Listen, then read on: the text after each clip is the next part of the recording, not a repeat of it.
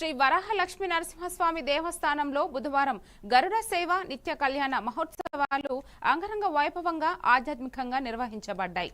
ఉత్సవ మూర్తి గోవిందరాజస్వామిని ఉభయ దేవేరులతో మండపంలో అధిష్ఠింపజేసి పాంచరాత్రాంగమ శాస్త్ర ప్రకారం సేవలు నిర్వహించారు. కంకణ ధారణ, మాంగళ్య ధారణ, తలంబ్రాలు వంటి కార్యక్రమాలు శాస్త్రోక్తంగా జరగగా అనంతరం భక్తులకు వేదాశీర్వచనాలు, శస్త్ర వస్త్రాలు, ప్రసాదాలు అందించారు.